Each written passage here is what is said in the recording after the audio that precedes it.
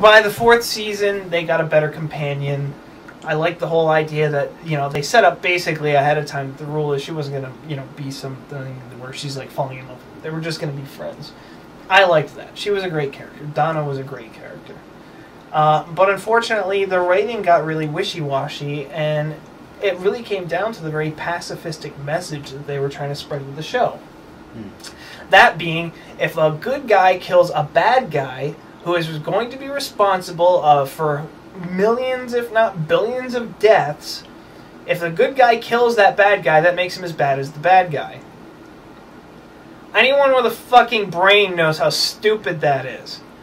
Okay, so if I kill the bad guy who's going to kill millions, if not billions of innocent people, I'm as bad as the bad guy for killing him. No, you would be as bad as the bad guy if you, instead of killing him, maybe put him in jail or let him go so that he could do it again. That makes you as bad as the bad guy, because then you might as well be just doing that job for him. You know, he's going to get out and he's going to do it again. And then you just put him in jail and he gets out and he does it again. That is probably more evil, because you're in a position to be able to stop that person. And this is what they had basically done to the Doctor. Oh no, he couldn't kill the bad guy. He's going to keep him imprisoned and have the guy have a possibility of getting out and killing some more. I hated that. I really hated that kind of message. That is not a good message to send anybody. I'm sorry. If I was ever in a position where I could, say, shoot a guy who had a nuclear bomb detonator, and he was going to nuke an entire country full of innocent people, 5 million people, say, were going to die. Okay?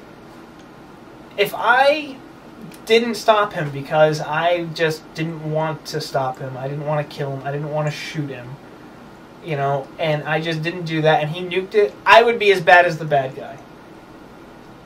Yeah. It's as simple as that. I'm sorry. You're in a position to stop. You don't. And if I had to kill someone to do that, any person with any logic or any sense would do that. I mean, don't get me wrong. I'm sure there are pacifists out there that would willingly allow themselves to get killed to prevent other people. But you know what? If you're going to kill 5 million people, one more body along with those 5 million isn't going to matter. You can lay down your life all you want and be like, well, if you kill me, will you not kill these other people? No, I'm going to kill you first. Or, you know what? I'll kill them first. I'll detonate the bomb. You can watch. And then I'll kill you. Because it's more fun. Do you get it? Does any of this make any sense?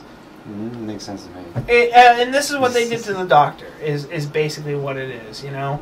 Every time he was in a position to basically let the bad guy die, destroy all the bad guys, kill them all, he didn't do it. Instead, someone else did, and he would spend the rest of that time berating them for doing it. Why did you do that? It happened at the end of Series 4, when the Daleks, again, arose up. Millions and billions and billions of them. They stole 27 planets to make this weird orbiting thing in space, in this nebula, that would power this thing, which was basically a reality bomb, and it would destroy everything. Everything in the universe would turn to dust, and that dust would turn into atoms, and those atoms would fall apart and spread into nothing. And it wouldn't just happen in this universe, it would happen to every universe ever. So that only one reality would remain, that nebula, those 27 planets, billions of Daleks, and then Davros and their Daleks could just go ahead and start everything, create a new universe of their own from scratch in their image. Ultimate racial purification. So the Doctor, basically, you know, he has this human, half-human version of himself. Human, and it's like half human, half Time Lord, has all of his memories, and just as they're, you know, getting ready to destroy the ship, the half-human Doctor goes ahead and destroys every single Dalek. Every single one of them blows up. And the Doctor is furious about this because he killed them. He committed genocide against a bunch of genocidal maniacs. Okay, why is he furious? How is he going to get out of the situation without him? Well, yeah, see, the thing is, he's berating this other half-human doctor for being more doctor than him. He's being more like the doctor than the actual doctor, and the doctor is berating him for committing genocide against a bunch of genocidal maniacs. Maniacs idiotic. who are there to do one thing: kill everything, exterminate everything, do horrible experimentations of the people of these 27 planets, including Earth, by the way. His pet project, the Earth, his whole reason for going around afterwards. And he's pissed off at this half-human doctor version of himself for basically doing what he didn't have the balls to do. It was horrible. It was crap. This is the reason why, even though Series 5 has been solidly mediocre, it still is better than what the last 2 seasons have been. Because at least the Doctor is still more concerned of doing the greater good, even at having to break his own rule of not killing. He will still... he is still very interested in destroying every single Dalek, even at the cost of his own life, to be able to protect the universe. The problem is, I was still expecting it to be better.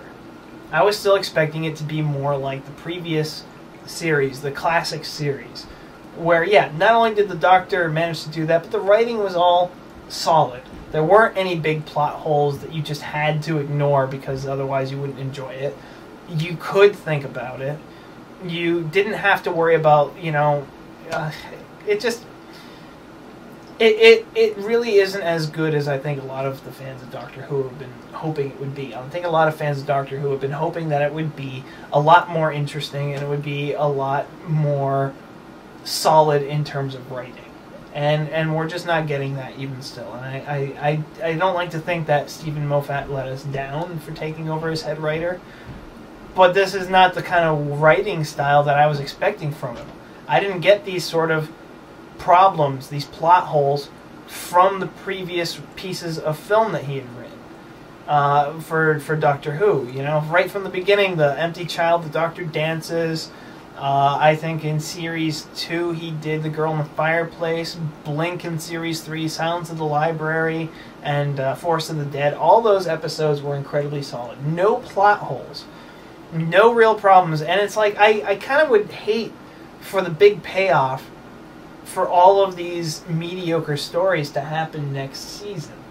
Because they've been running a thread. They've been running this constant thread, the crack in space, and the silence, and everything like that. And I would really hate that all these plot holes have been happening just so that later in the series, or in the Series 6, things actually wind up being that solid. Because, I'm sorry, the first series should not be that mediocre. It should be stunning.